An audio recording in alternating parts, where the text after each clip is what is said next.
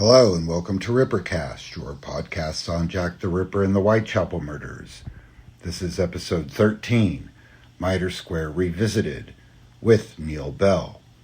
Originally released on May 11th, 2008. Thank you, Neil, for coming on. Pleasure to be here. And thank you, Jana Oliver, for being with us today. Hey, it's going to be fun. Yes, it should be. Catherine Eddowes was 46 years old when she was found murdered in Mitre Square, City of London, on September 30th, 1888.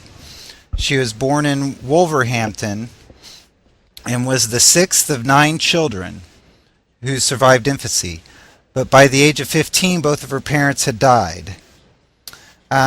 Many of her siblings went either to an orphanage or to workhouse or to industrial school, but she was able to work for various relatives, and she worked a few odd jobs for a very short time before she fell in with Thomas Conway.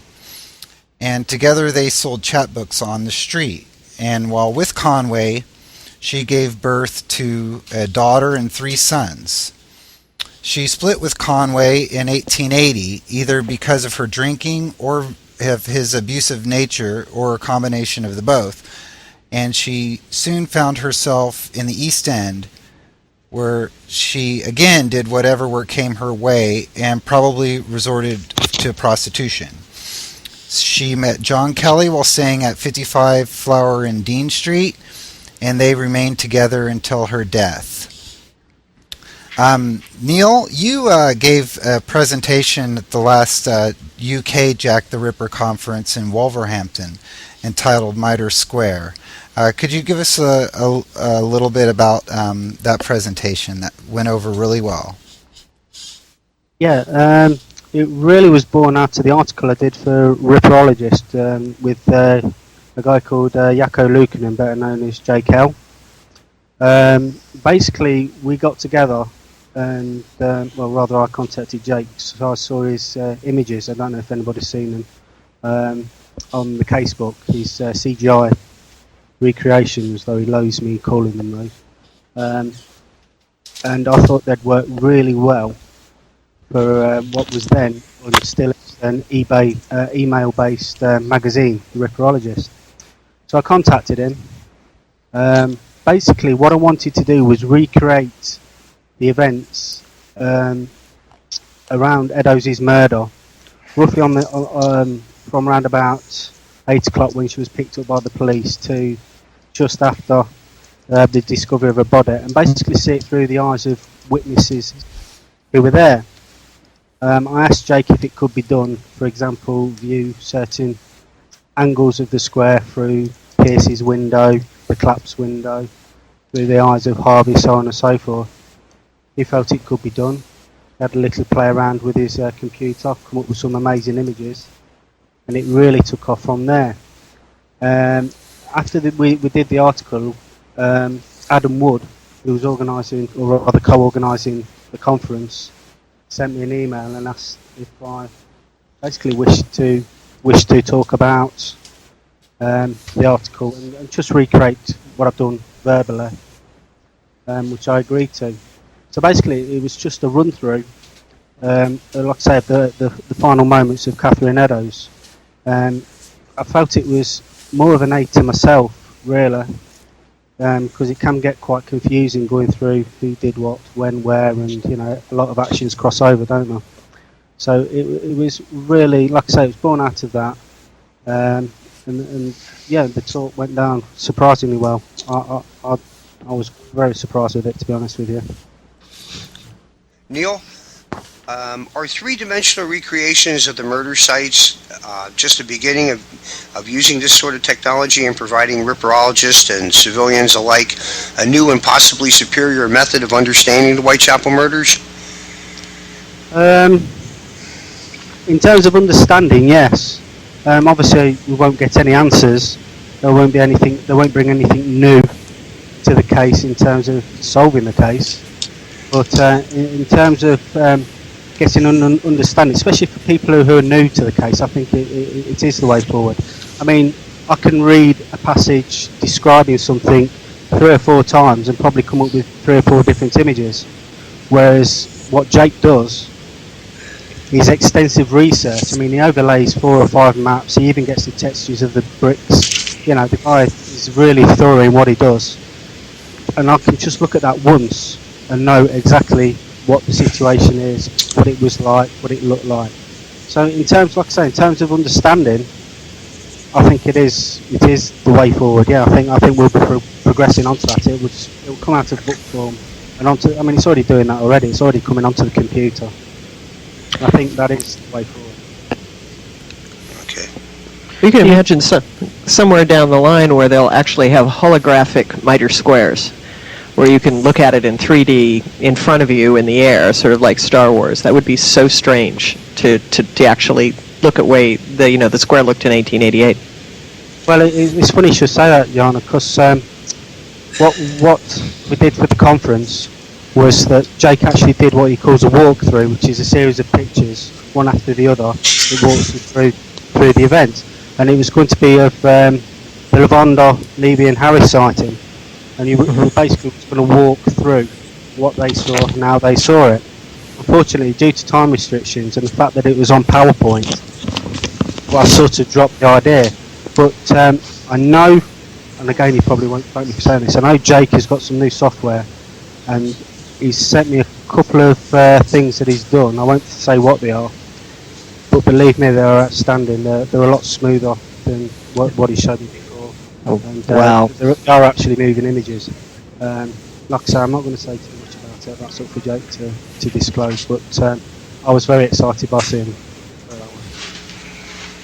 So does this mean then at some point in a not too distant future we'll actually get to see fully rendered 3D interpretations of the murder sites and surrounding locales that people will be able to actually walk through? I wouldn't say not too distant future, but I don't know the timeline that Jake's working on, but it's something that I know he is working on, and it's something that I know he's interested in doing. Like I say, he's done a few images for other things, but it was a new software that he was showing me. He was just playing around with it, and his actual words to me, I've not mastered it yet, just something rough. Have a look, let me know what you think. And I'm thinking, wow, if that's what he's like when he's not mastered it. But it will happen. It's just a case of when, but it will happen. Yeah. Back to Eddowes and the night of her murder. Well, let's start off with what is an assumption that seems like a pretty safe assumption to make, and that is that on the night of her death, she was practicing prostitution, and that's just repeated. Everyone assumes that all of Jack the Ripper's victims were casual prostitutes, and that's how he chose his victims. But it is interesting that in her case, in the inquest, no one that appeared at the inquest who knew her personally fessed up to her at any time resorting to prostitution in order to make money. What are your views on that, Neil? Well, I'd say more of a casual prostitute myself. I mean, at the end of the day, you've got to look at the location where she was found. A dark corner, or rather the darkest corner of the square, not too far away from the main thoroughfare, as happened with Nichols, Chapman as well, and the others. So that in itself indicates that she was, I'd say, soliciting. Now the question is, like, as you mentioned earlier, is it a casual thing, or was that, for the want of a better phrase, her job? I don't think it was a full-time prostitution that she engaged in. I think it was a casual thing. I mean, she'd come back from popping only a few days before she was murdered, and apparently she didn't pick, or rather her and Kelly didn't pick up much money from that. So I feel it was more of a casual thing than a full-time thing. I mean, she's also given a false name to the police, which is a prostitute's trick. It's something that they used to do.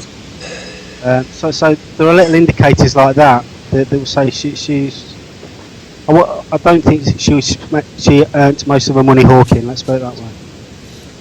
Now, do you think that she may have, and this is open to everybody, we can all chime in here, that she may have been maybe hiding the fact that she was engaging in casual prostitution from John Kelly, and then on top of that, also you had mentioned that she gave a false name to the police of Mary Ann Kelly, I believe is what she called herself. Is that right? When she was identified by, it seems like she gave a false name to a lot of people, not just to the police. Some people who attempted to identify her body at the mortuary thought that was Jane Kelly, and so she did use an alias, which I agree is what many of the prostitutes did, but it seems like she went by several different names, not just to the police, but to people she would run into and acquaintances and stuff at the lodging house.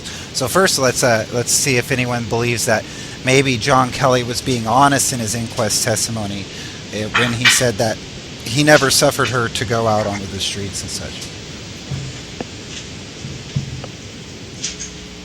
Anyone? I think he was just being polite. As has been mentioned, possibly the idea that he was trying to cover that they might think he might be pimping for, or the other thing, it just might be a matter of pride that the woman had to go out to do this on the side. I find it interesting that she said she was going to go visit her daughter, but if I'm getting this correct, the daughter hadn't really been in the location she said she was going to visit for quite a while, and so I wonder if Kate was just telling Kelly that to make him feel good if she came back with more money, then say, well, I've got it from my daughter, even though he probably wouldn't see her, meet the daughter, and so that it was just kind of covering where she was getting her source of income. Right. That's kind of what so in a way maybe Kelly was being honest. Well, I mean he probably knew what was going on, but yeah, at the same time, I mean, he it's a matter of dignity. Yeah, if he had genuine affection for her, he was going to feel bad if she had to go out and hike her skirts to keep them fed. So, right, Neil, what do you have? I agree. Yeah, I think that's probably more than likely the case. To be honest with you, it's a case of denial, I suppose. Yeah, because at the inquest, he basically says two separate things. He says first that like I said, he had never suffered for her to go out. But then when he was asked directly if he ever knew for her to be walking the streets, he says something to the effect of, well, we didn't have money for our lodgings, as an answer to whether or not is she ever engaged in prostitution. And then you have Wilkerson, I believe his name is, the deputy of Cooney's at 55 Flower and Dean Street, say not only that he didn't know her as a prostitute, but I think he was also the one who said that he didn't believe she had any other man but John Kelly or something to that effect. Which is interesting. Right. Hey. Mike in Hull? Yeah, on the subject of, are we still discussing whether or not he knew about this? At the end of the day, I think it's a matter of pride. No man wants to admit that, his partner's doing that sort of thing. Especially to something that's going to be, put down on paper and people are probably going to read the next day. People in the East End are not silly. They'll sort of read the newspapers and find out, what this woman was doing. So for him to sort of say that in a way is protecting her, and of course his own reputation as well. Yeah, and it's like there seems to have been a collective effort at the inquest to hide the fact that she was a prostitute, and because when you have Eliza Gold, her sister, deny that she was ever a prostitute. Granted, Eliza Gold had last seen her 4 to 7 weeks or something like that before her death, but then you have the lodge. I mean, maybe they all had something to hide. The lodging house keeper not wanting to run a house of ill repute, or protecting what kind of activities going on in the lodging house. Yeah. I have a question for Neil. Personally, I think the biggest irony in the Mitre Square murder is that had Kate Eddowes had been arrested 300 yards away in Met territory, she probably would have lived, since she would have slept the entire night in jail and not been released. How do you look at that, Neil? Yeah, that was rather unfortunate, to say the least. See, that may be the reason why she worked that area, if indeed she was a prostitute. For the benefit of the listener, Met Police, when they arrested drunks, kept them in overnight and they were released early in the morning. City's police policy was that they actually kept them in until they were deemed sober, and that'll be the station sergeant or the inspector would verify whether they were sober in their view or not. Now Eddowes worked, or rather it would seem that she worked the Aldgate High Street area. There was a report that a police officer recognised her as working the area. The fact that she parted with Kelly in Housditch, again that's right on the border, City and Met area, would indicate that she was heading towards the City area. So she may have actually chosen that. It's just an idea. I'm not saying that's certain, but she may have chosen that area simply because she knew that if she did get picked up for being drunk and disorderly, that she would be released again once she's sobered up. So therefore it bought her a little bit more time to earn that little bit extra money. Yeah, that follows. I was going to follow with that. Do you think that other prostitutes were aware of the different procedures of the two different police departments? They've been picked up enough times, yeah. Yeah. And I mean, especially if you're long in the tooth on the game, as it were, you would know these things. Now, I have an odd question. What would it take to get, if these ladies were used to drinking, or Kate was fairly adept at drinking, how much would it take in Victorian England, or whatever they were drinking, to get drunk to the extent that she was? I mean, that indicates a fair amount of disposable cash. Admittedly, it wasn't very much for a wee bit of gin, but that indicates either somebody was buying her the drinks, or she made some money between the time she left Kelly and the time she ended up, in jail. But I always wondered about the drunk thing, because I'm going, if you're fairly acclimatized to to drink, then that's a fair amount of booze. Yeah, I think she left Kelly around about 2:00 in the afternoon. That's correct, and she was picked up around about 8:30 by PC Robinson. That's a fair few hours heavy drink. The way I look at Eddowes is, and I can't help doing this, is if you look at Coles and Sadler was flushed, he'd just been paid. He picks Coles up in a bar and they spent most of the evening and the next day drinking together. So, yeah. Very, very similar situation with Eddowes. I mean, where she was found, supposedly outside 29 Aldgate High Street, which didn't exist, Robinson was just picking off a number from next door. Yeah, he just picked her up and... Yeah, but it was right next to the Bulls, I think it's the Bulls Inn. There was quite a few drinking establishments, as with any high street, not only in the East End, in London, in the UK, anywhere, any main thoroughfare. There's quite a few pubs. So, to me, it would seem that somebody was buying her the drink. I don't think, probably a mixture of both, I don't know. So she picked someone, yeah. Yeah, I mean, you look at it, it's fairly light. September, it's fairly light until about 6:00 in the evening. Where would she go in daylight with a stranger or a punter, or however we want to phrase it, to do the deed? Unless there's available. Well, probably. So it's more of a promise, I would think, for later in the evening, which is probably why she asked the time of foot when she left Bishopsgate. What's the time?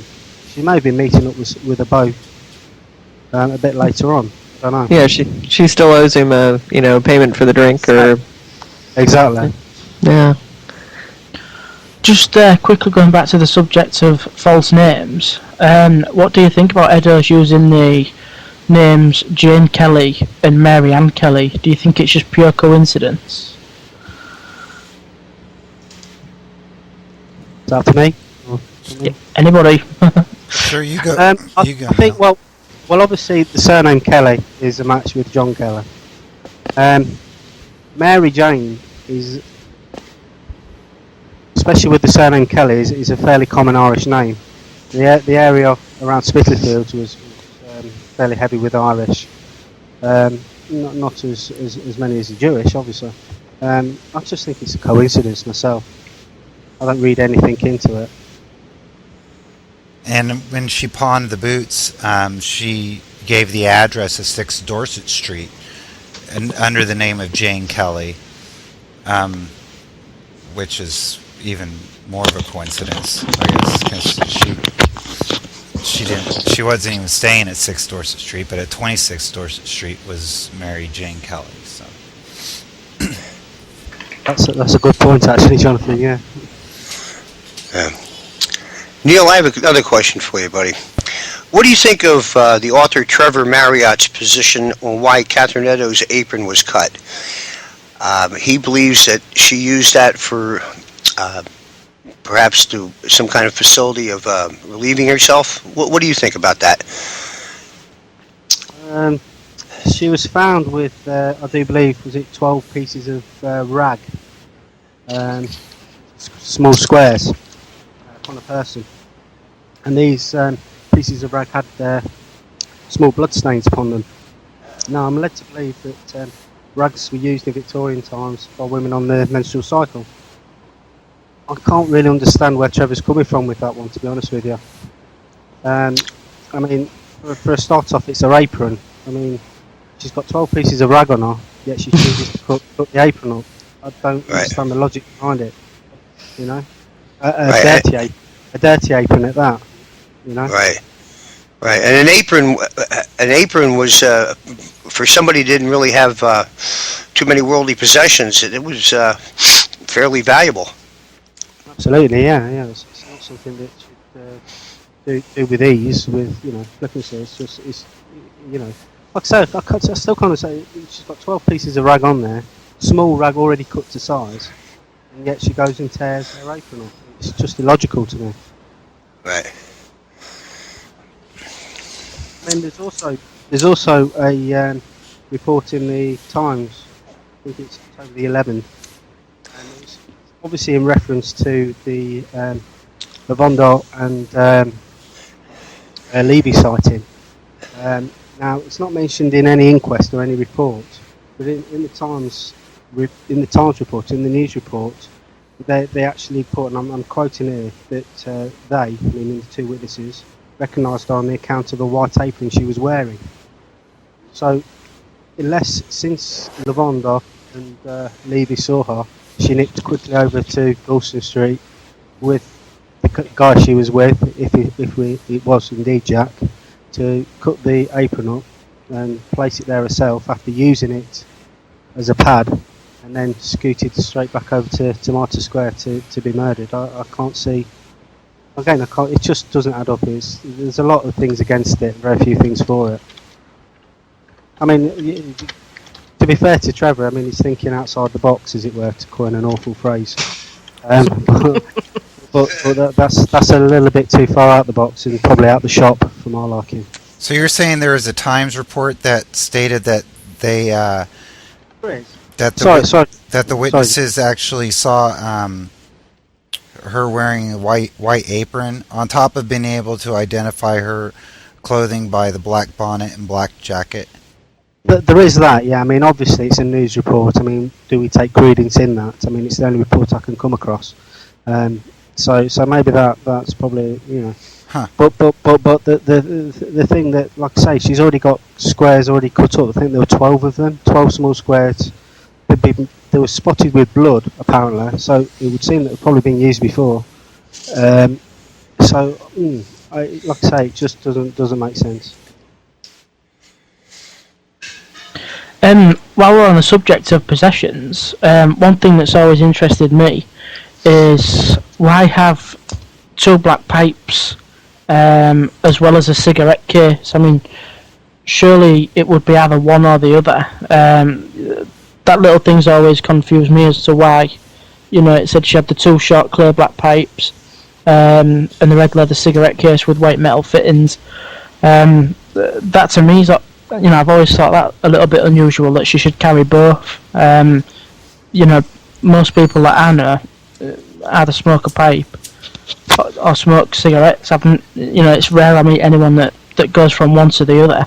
Have you got any opinions on that? Hey, Howard, you smoke pipes and cigarettes, don't you? Yes, but I am a little bit different than the average person. Just a little bit different. Can I get an amen?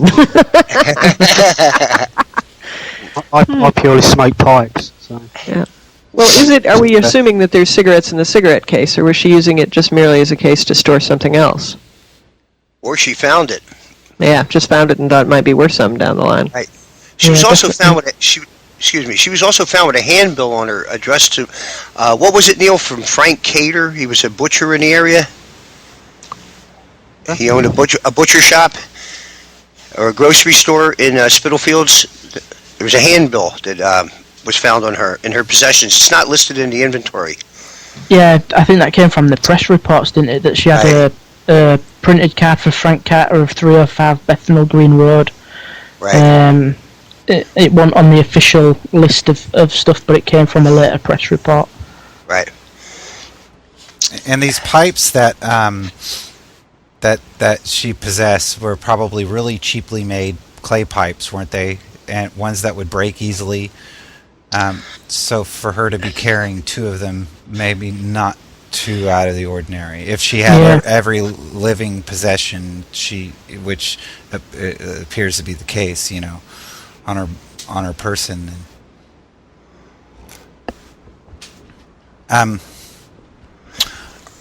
Anyone?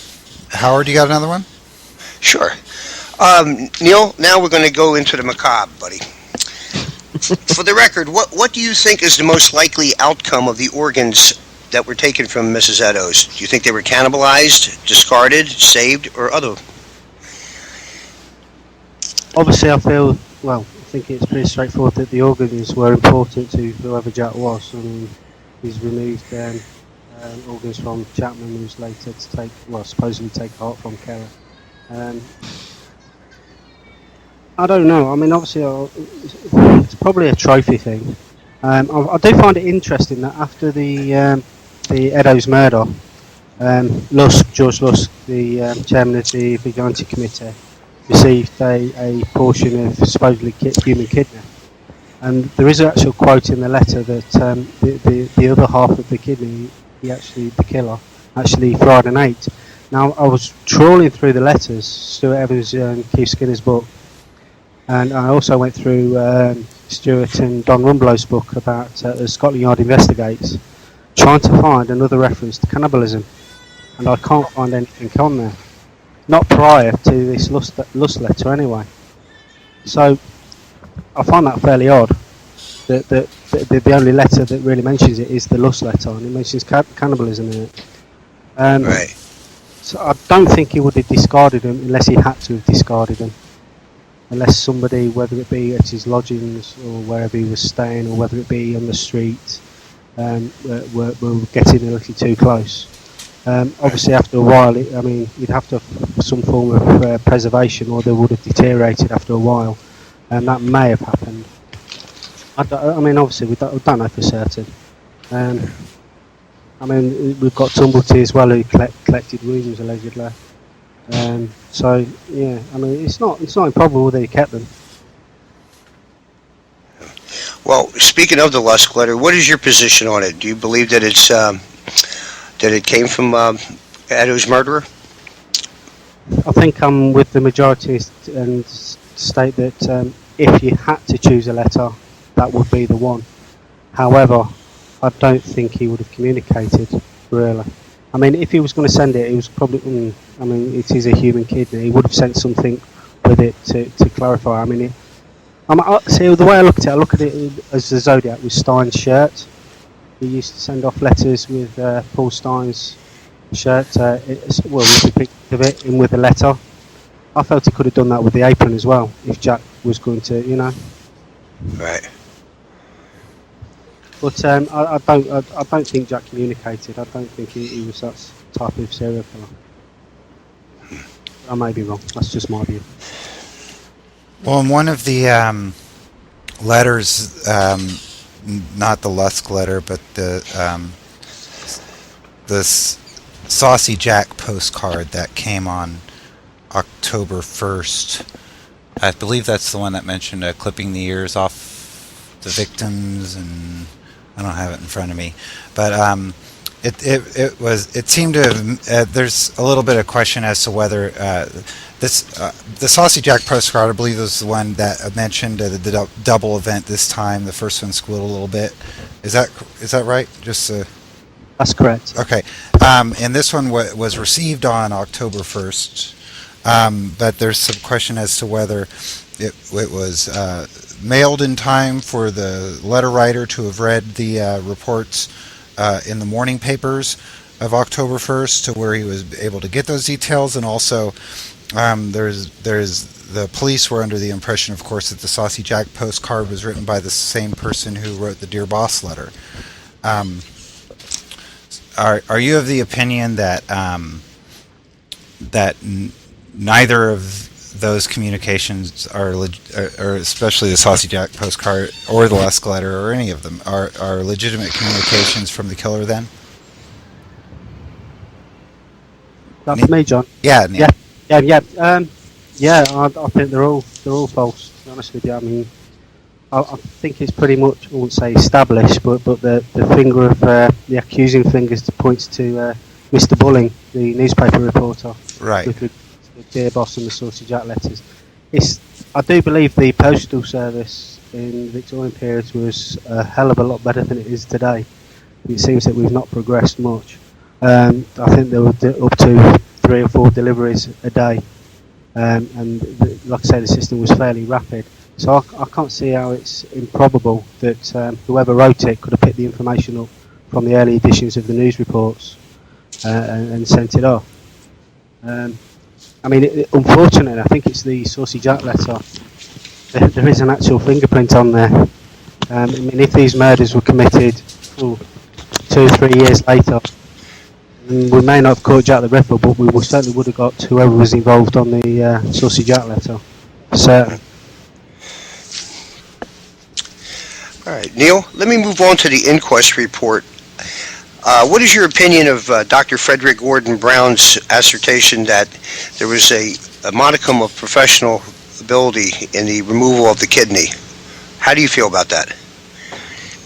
Sorry, Hal, I didn't quite catch that. What did you say? Okay, if you didn't understand, do you agree with? I didn't hear you. What? Okay, I'm sorry. Do you agree with Frederick Gordon Brown, the surgeon who was at the Eddowes inquest regarding the degree or level of expertise in removing her kidney? Because a few other doctors are at odds with him, and the majority of ripperologists today seem to feel that there wasn't a modicum of expertise in the removal. How do you feel about that? But by expertise, what do you mean? Do you mean surgical skill or knowledge? Yes, surgical skill. I'm sorry, I should have been more specific. In locating and removing it, leaving 1 inch of the renal artery inside of her body.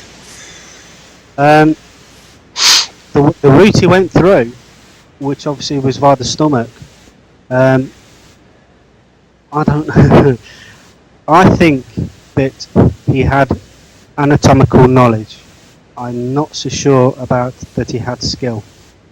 The route he went through was, like I say, via the stomach. To get through the intestines. Apparently, the kidney's covered by a membrane that you could easily overlook the kidney. So I have a feeling he may have had a knowledge, but skill, I don't know. But then again, I'm no doctor. Right. Sorry. Do you believe that her kidney was some sort of goal in its removal? I mean, Yeah. having to go through all the intestines and the other organs that are in front of the kidney, and then upon locating the kidney, taking it out and not wrenching it out, but removing it in the fashion that he did. Do you believe that? Even if he didn't have a skill, do you believe that there was some kind of goal attached or some intrinsic meaning to the removal of the kidney? Seems to be targeting the kidney, yeah. There was an idea, I don't know if anybody remembers Scott Medine from the casebook many years ago, should be 10 years ago. He ran an idea through me. Now, it's not something that I am in agreement with, but I did find very interesting. And that was, believe it or not, it was to do with George Lusk. I don't know if you're aware, his wife died in April '88 through organ failure. She had diabetes.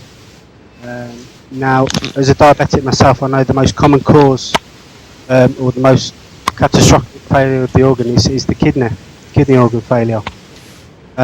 There's no indication on Susanna's death certificate that she did die from this.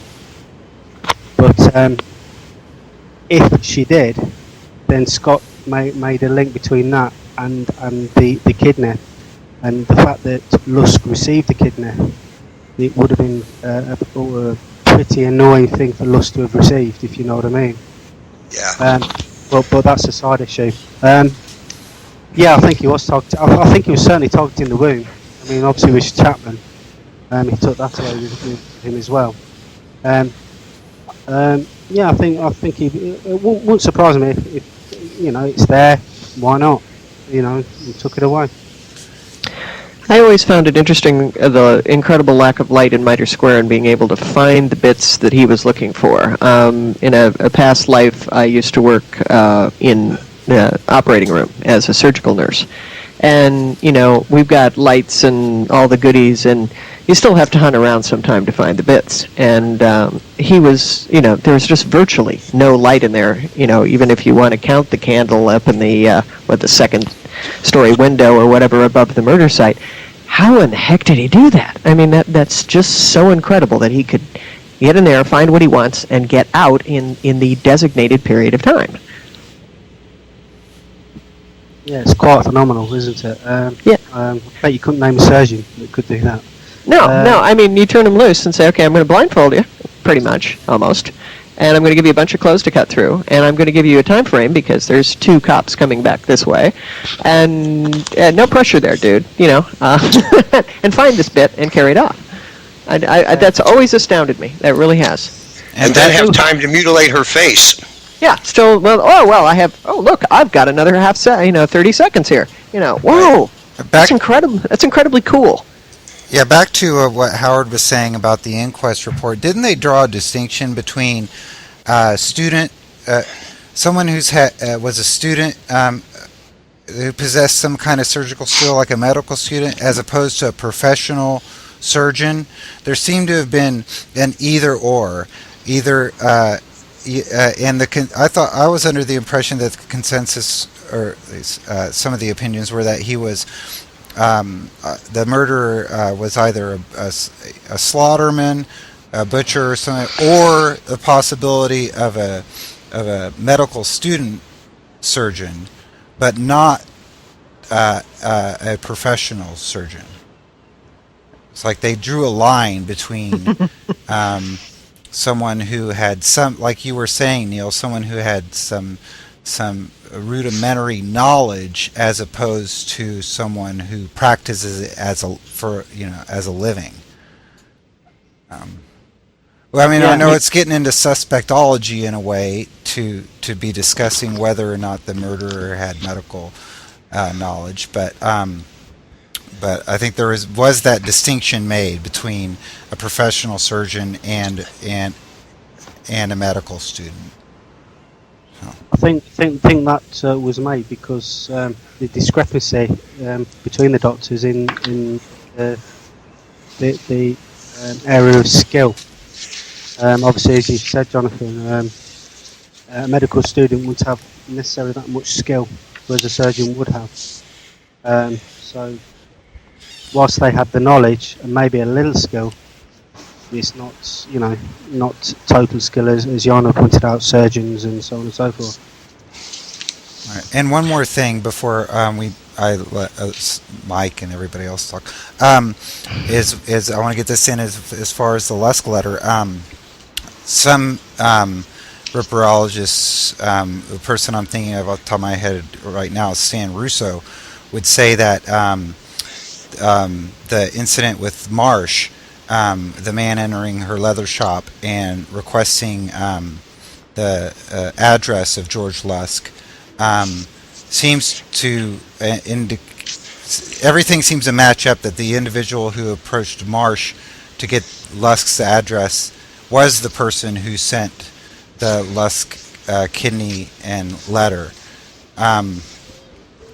based on the address and what was lacking in the address from what she gave him into what was received by George Lusk. So does everyone else kind of follow that kind of logic, that she saw the person who sent the Lusk kidney?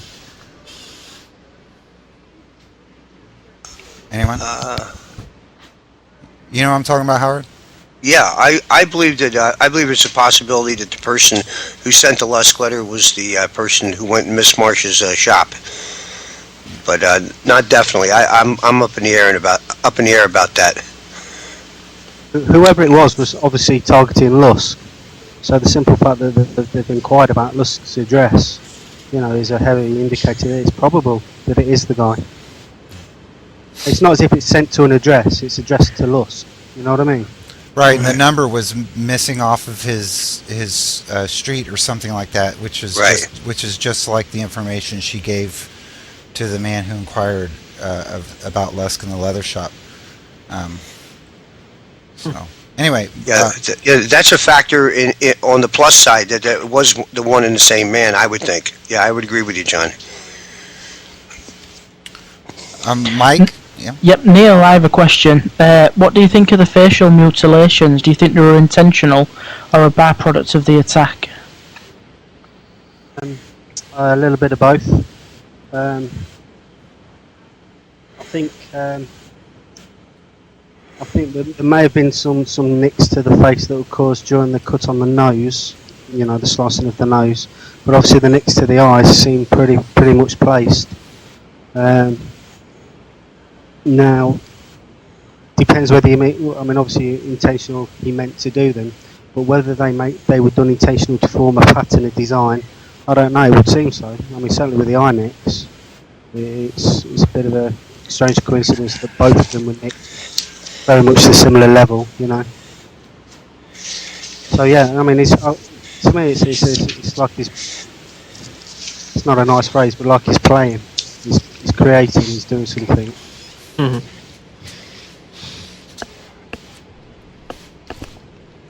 Jana, do you have? Well, I wanted to keep looking at the autopsy photo here because I've got this stuff up in front of me, or actually the before the postmortem, and I note that the way they've drawn the mutilations is originally the cut was down the center of the chest, and then it angles to the right, around, and then back down, almost like they would be doing a postmortem, because you would work around the umbilicus to open up the abdominal cavity. I find that kind of interesting, because if he was just sort of hacking away, that wouldn't happen. And if I'm seeing this wrong, please let me know. But that's sort of the way the diagram looks. And to me, that kind of tips it a little closer to somebody who had some anatomical knowledge, or at least had watched a postmortem, or been in a mortuary and watched something like that, so that they understood that cut. Though, so I throw it out. What do you folks think on that? There's some sort of method to the madness, is what you're saying, right, Jana? Yeah, well, the fact that they had seen this sort of thing before and they knew to make that cut, or they had, and you can watch it and you wouldn't remember it necessarily, but if you had done it, then you would automatically go around that right side. And as I said, maybe I'm seeing that wrong, but that's the way and it may just be purely that's the way the cut went, when he was busily cutting, his knife went that direction. But I just found it kind of interesting. Yeah. I think Ron mentioned that. around. It was like basically the belly button was on the flap of skin, wasn't it? And I didn't realise that, Jana, about that. That's an interesting point you made. You know, the fact that they cut around the umbilicus. Rather than cutting through it, yeah. I mean, if it was me, not that I ever would, but that's the kind of route I'd go straight up.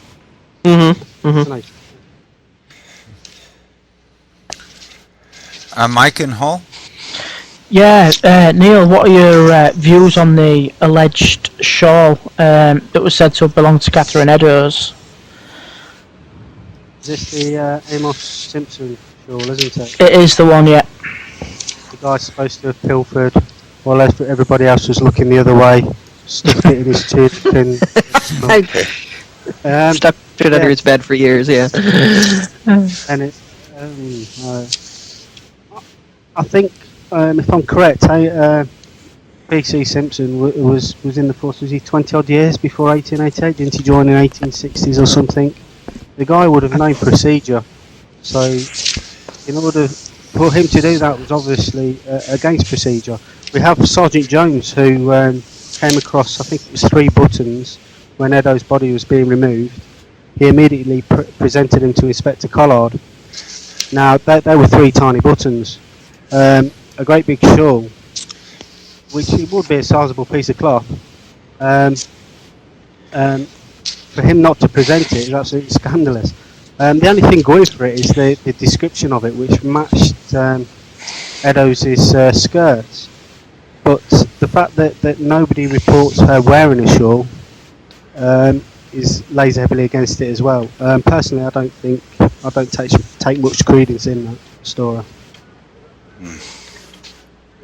There was kind of an opinion that the material that the shawl was made out of would have been something that was worth more than what she would have hanging around, wasn't it? Yeah. I mean, I've seen photos of it. To me, it's more of a tablecloth than a shawl. It's quite an extravagant piece, and you're right, Jonathan. I mean, she's got a coat, she's got various jackets, so on and so forth. A shawl as well, something like that. Especially when poor old John pawned his boots. It's very strange for her to have on her at the time of death. Like I say, I don't take much into it. Yeah. I've always wondered how and when or if Kelly ever did get his boots that were put into the hot shop. Did anyone ever find that out? No. Poor guy. Yeah, you always want to know how those stories end, don't you? You go, did he ever get his boots, you know? Yeah. Well, the police probably retrieved them for him, I would imagine. Yes, and then he had to try to get them out of the comps. Yeah. Yeah. They probably weren't worth much at 2 and 6, but still, they were his boots. Now that always begs the question: did he have he couldn't have had a spare pair? Was he walking around? Pardon my ignorance, but is he walking around barefoot, or what is he doing? It had to be a spare pair. I'm assuming a really cheap spare pair, or say that, John. There are. I mean, I've got a book by William Fishman, Bill Fishman's book of the East End, Then and Now. There are photos in there of it's more children, to be honest with you, who are barefoot. And there is the odd one or two children that's got their boots on with split ends, so on and so forth. But quite a few of them were barefoot. So I don't think it was uncommon for a few hours or a few days or a day at least. The problem I've got is it's a 55-year-old man. I mean, he's also a market labourer at a fruit market, wasn't he? So yeah, it does make you wonder. But it's not. Like I say, it's not uncommon. It's raining that night. It's And I'm going, oh, It's coming to an unseasonable time of year, isn't it? It's coming to a bit of winter. Yeah. And I always wondered about that because I thought, well, if they had 2 pairs, they wouldn't pawn it; they would just sell them rather than pawn them, Right. And then I thought, okay, he put on the crappier pair so he could wear those. And I thought, no, it just didn't work. If they're down to that, then they had to do the boots and do their thing. And I go, wow. Yeah. The proverbial hobo walking down the street with the bandana full of their possessions. You can just imagine him with the shoelaces tied, tossed over his shoulder if he had a spare pair of boots. Mm-hmm. He could have picked up an extra pair at the lodging house or something. Stole someone else's, or while they were Stole someone sleeping, else. or. Yeah. Well, we've talked about the kidney and the Saucy Jack postcard. Another thing that arose out of the Eddowes murder was the Goulston Street Graffiti. What? Well, Howard's frothing at the mouth to Yes, he is. to get something in on the GSG. What do you have to say about that, Howard? Neil, what do I got to do to convince you, buddy? What do I have to do to convince you that it's legit? You can try. Now, That's about as close as you're going to get.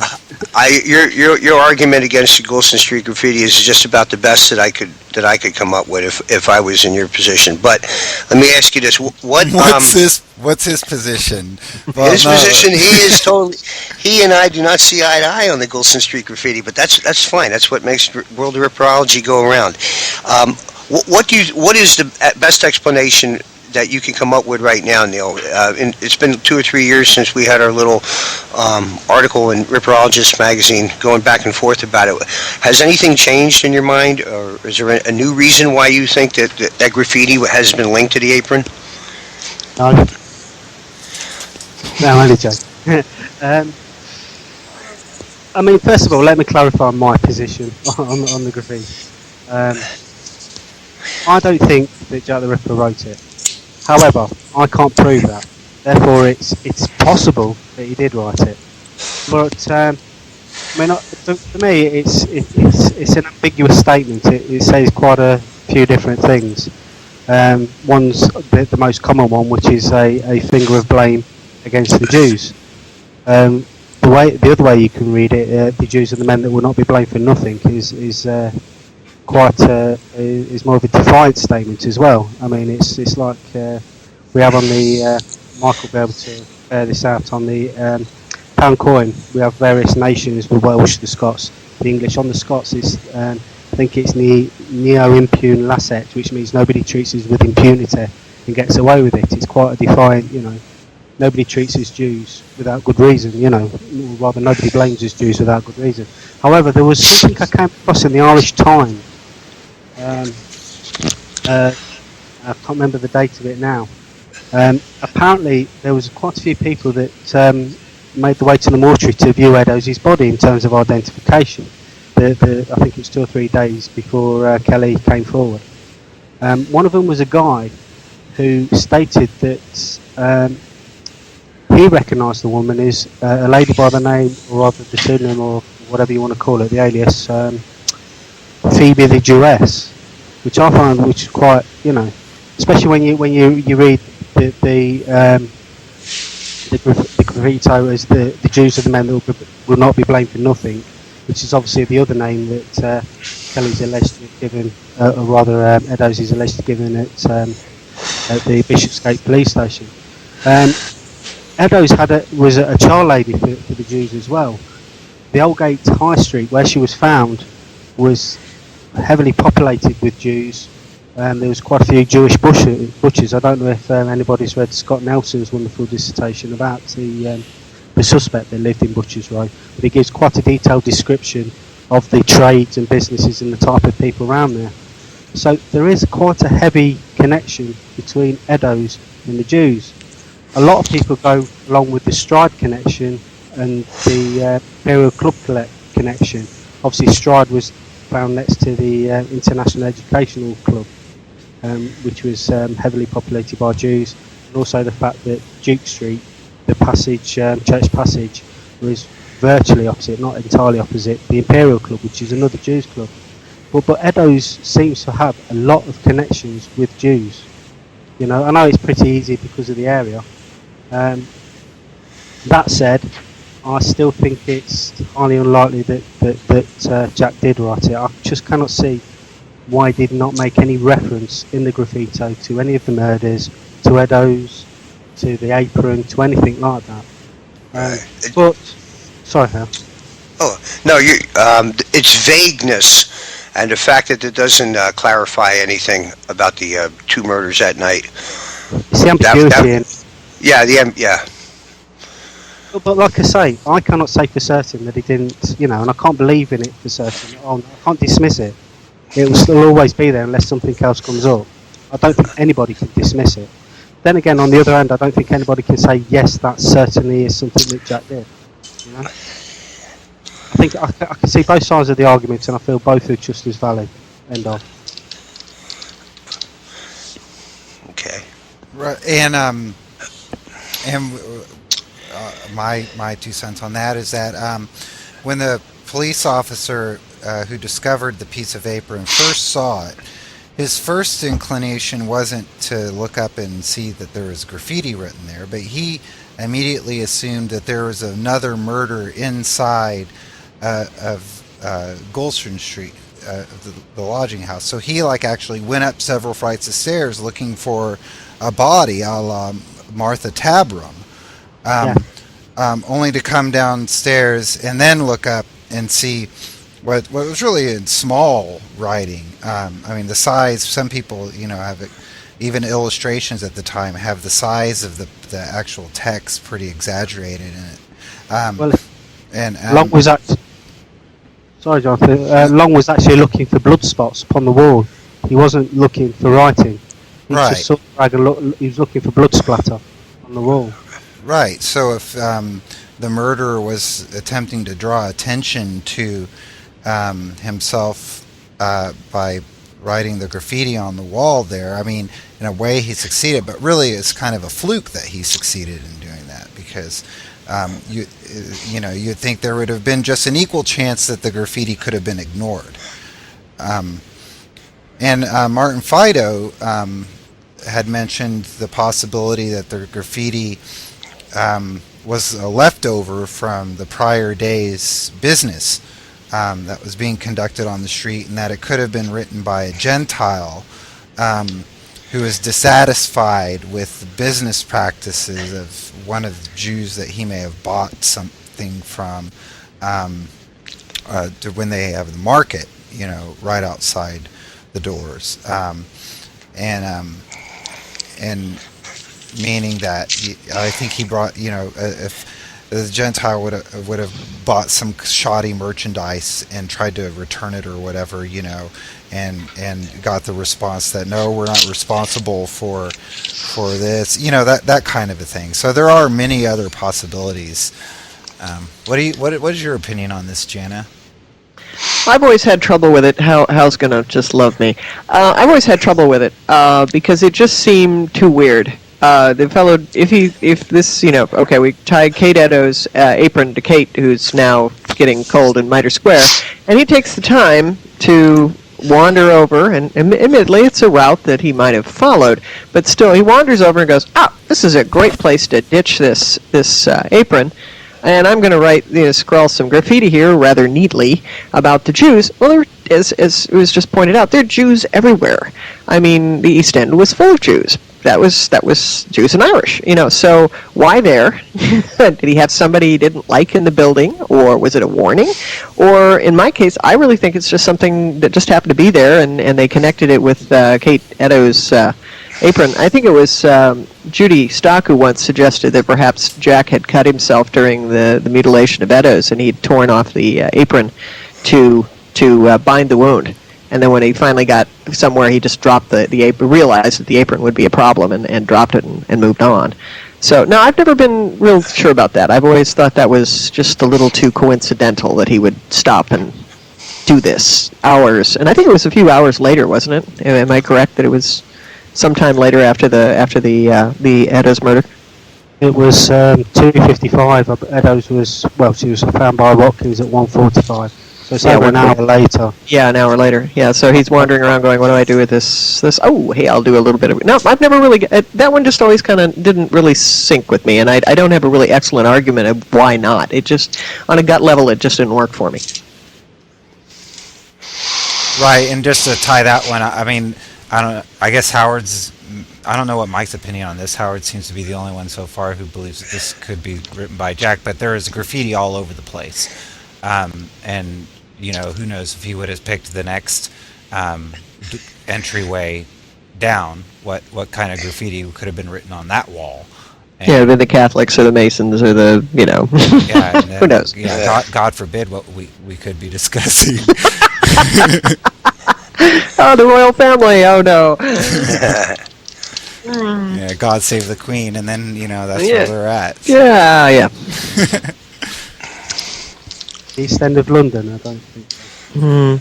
I wish anybody ever make a documentation of the kind of graffiti that was written at that time? Is there like a collection somewhere? That would be fascinating to read. That's a good idea, Jana. Yeah, I wonder if somebody actually wrote it down. Of course, I don't tend to write down the graffiti I see unless it's really interesting. Yeah. But most of it I can't read. But that would have been so fascinating because it would have been an insight into the psychology of the people at the time. I don't know. Mike, do you have a question? Yeah, this one's basically going back to Mitre Square. I just wanted to get Neil's opinion on whether or not Police Constable James Harvey actually went down Church Passage to the edge of Mitre Square, or just looked down Church Passage from the street. I personally felt that he did go down Church Passage simply because he had duties to perform down there. I don't see why he would lie, other than probably he was having a like up, or probably he was making up time. I know Stuart Evans has made the point, and he's a police officer, I'm not, so I think it's a valid point, that sometimes officers made up time by missing out certain parts of the beat on one sweep and then conducted it on another sweep. It's a valid point, and one of that I'm not going to argue with Stuart over. Although I will state that Harvey was actually under testimony when was under oath, when he was giving his testimony. So I say he would have gone down there, but I can't prove it. I can't say for certain. Now, were they moving it? Wasn't there supposed to be required to move at night at like 1.5 miles an hour or something like that, and it was 2.5 during the day? They had some set rate. What would happen is that they gather in the police. If they just go through the beginnings of a beat, and what would happen is they'd gather at the police station, obviously, and they'd be marched out in single file by the beat sergeant. Now, what they'd be allocated a beat prior in the actual police station. Quite a few officers had their beats for years. I mean, there's a case that AP Wolf brought up about Imhoff. 2 separate incidents that happened. I think it spanned something like 5-10 years. So beat officers usually kept to the same beats, quite a few of them, for a numerous amount of years. So they'd be marched out and they'd be dropped off at the various points. Now they'd have to conduct their beat one of two ways, either left-handed or right-handed. Obviously, if they're doing right-handed, then they'll be taking right-hand turns all the time to loop back to the starting point. Left-handed, they're just doing the beat in reverse and they take left-handed turns. Now, their regulation speed would have to be stated as 2.5 miles an hour. Now, obviously, there may be various incidents or things that happen, things to check, that would hamper that speed. So it wasn't strictly, enforced. There were times where they missed certain things out.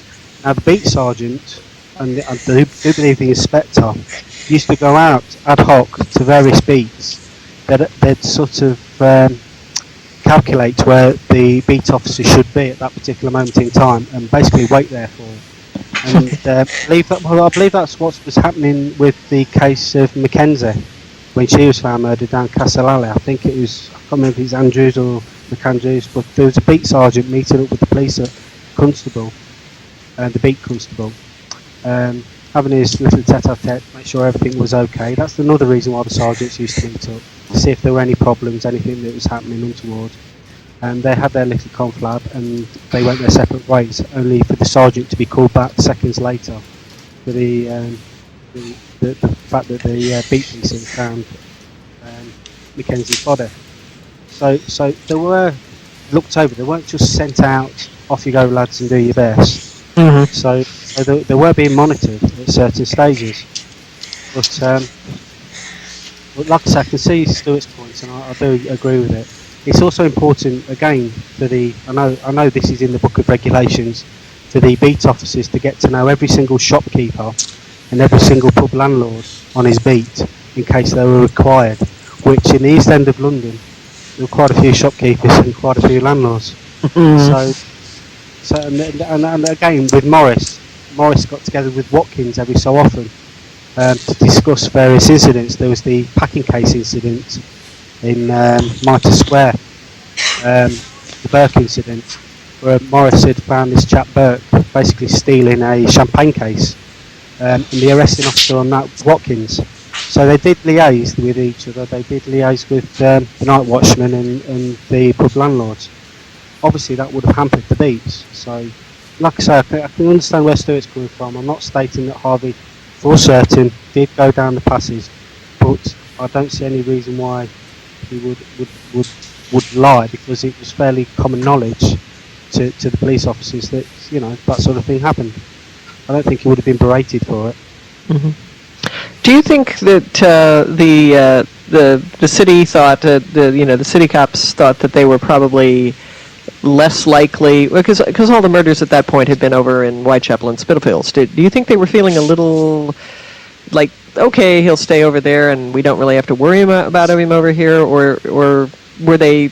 I would assume they were still as vigilant, but I'm wondering if they felt that they were a little bit immune since all the killings had not fallen into the city's boundary at that point. Did you get any sense of that? Whether they or were they just as vigilant as the London Met? I think they were very wary of it. I know that they were given instructions to watch suspicious couples on the nights that Eddowes was murdered, whatever suspicious couples are. So they were obviously aware of what was happening. Yeah. They were obviously aware of what was happening over Houndsditch. The fact that, this is another reason why Harvey, I suspect, would be more vigilant than many other city PC, because his beat actually bordered onto the Met territory. So he would have been very aware of that. And he wasn't inexperienced. He had a few good years' service as well. So also the fact that you've got House, Outram and Marriott, the two DCs, or three DCs, sorry, work in the area. They were also on the lookout. Now, there's no indication that they were on the lookout for Jack, but I would have thought the reason that they were placed out there, plainclothes police officers were put out there in that area of Aldgate. They were covering themselves. They were bracing themselves for something. Yeah. I figured eventually he'd win. Yeah. Yeah. They were determined that they'd be ready for him if he did venture across. Well, can you imagine what it'd be like to be a copper in 1888 wandering around in the dark? Admittedly, they have a bullseye lantern, but, no firearms, no nothing. One lovely two-tone police whistle, and, oh, Lord, that'd scare the dickens out of me. Unfortunately, the city PCs didn't have the whistle. They didn't. No, it was just the Met, yeah. And can you imagine what that would be like, just trudging around in the dark? It must be pointed out on Harvey's beat. I'm saying he would be vigilant, but on Harvey's beat there would have been, because of the area, there was quite a few Jewish jewellers in the area. So I suspect he would be more, as I've mentioned in the article in the talk, he'd be more wary of probably a robbery or anything like that than the murderer. But that said, he was given directive to keep an eye out for suspicious couples. Well, okie dokie. It's a little bit over an hour. Do we have any final questions for Neil Bell while we have him here? Mike and Hull, anyone? No, none from me. Okay.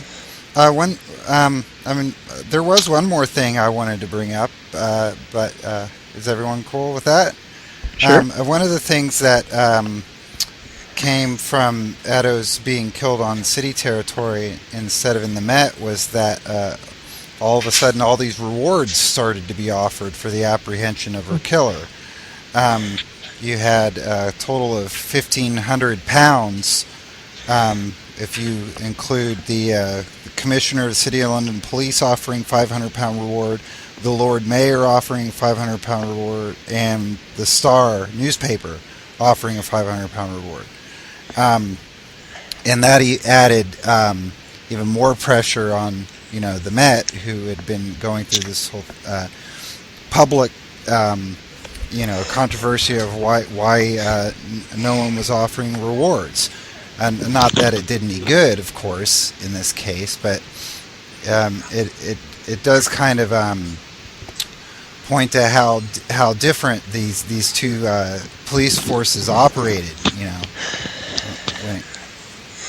Anyone have any comments about that? How quickly the city was jumped at the chances of offering reward. Now, maybe it was in response to the criticism that was leveled at the Met from the prior murder cases. But I think the fact. Sorry. No, go ahead. After you, Jana. Oh, okay. Well, if you think about how much money that is in that time period, £1,500. I mean, that's incredible. That is, talk about bringing people out of the woodwork to try to find someone. I thought it was a really brilliant idea. Unfortunately, it didn't really work. But, a professional man at that time period was making £700 a year. So $1,500 for turning over your crazy uncle in the cellar was a good chunk of change. Yeah. And I'm surprised it didn't work. I really am. Yeah, Neil? I was going to say, I think the fact that Stride was murdered on the same night had a major impact. I mean, like I say, a double event. It's kind of frightening. You couldn't write that sort of thing. So the hysteria would have been something else. I think there was a great fear of rioting in the streets, so on and so forth. So I think that had an impact on what was being put forward. Well, unfortunately, it didn't amount to anything. But, all right, guys, let's go ahead and wrap it up. I want to thank Neil Bell for being our guest today, and you're certainly welcome back anytime. Thank you very much. It's been a pleasure. Thank you for having me. And it was really nice having Jana Oliver on also, and she's going to be on again here in the near future. Good to warn the people about that so they can take precautions. I've been planning it all out already in advance. So. Now we're doomed. Yes. We'll have to talk about it after the show. Yes. You have been listening to Rippercast, your podcast on the Whitechapel murders. This was episode 13, Mitre Square Revisited with Neil Bell.